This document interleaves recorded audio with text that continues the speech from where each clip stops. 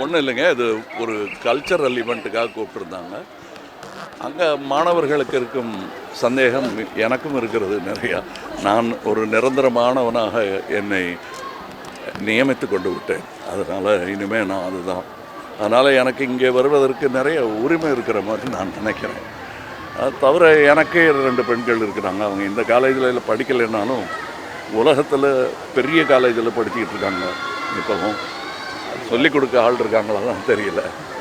பட்டு முடிஞ்சவரையிலும் நாம் சொல்லுவோம், அந்த செய்தி அவங்களுக்கு போய் சேரணும். இது கல்ச்சரல் மீட்டிங், எலெக்ஷன் மீட்டிங் இல்லை. ஆனால் அரசியல் எல்லா இடத்துலையும் புகுந்து தாக்கிக்கிட்டு இருக்கிற இந்த நேரத்தில் அதை பற்றி பேசலைன்னாலும் அந்த குறியீடையாவது அவங்களுக்கு காட்டணும், அவங்களுக்கு புரிய வைக்கணும் என்பதற்காகத்தான் நான் இங்கே வந்திருக்கிறேன். இது ஒரு அரசியல் மேடை பேச்சாக நீங்கள் கருதக்கூடாது. நன்றி.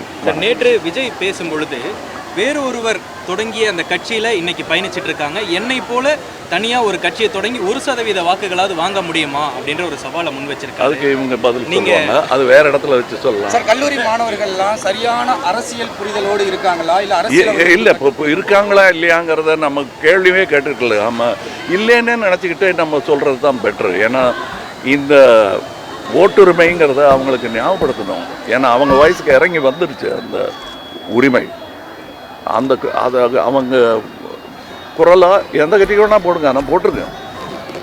அதை சொல்கிறது என்னுடைய கடமை. அதை எந்த அரசாலையும் தடுக்க முடியாதுங்கிற நம்பிக்கை எனக்கு இருப்பதனால் தைரியமாக இங்கே வந்திருக்கேன். நான் ஒரு சக நடிகராக நடிகர் விஜய் அவர்களை நேற்று நயினார் அவர்கள் கடுமையாக ஒரு சக நடிகராக நடிகர் விஜய் அவர்களை பாஜக மாநிலத்தில் நயினார் அவர்கள் விமர்சனம் செய்திருக்கிறார். ஒரு நடிகையோடு ஒப்பிட்டு அதை எப்படி வடுக்கும் கண்டனங்கள் தொடர்ச்சியாக.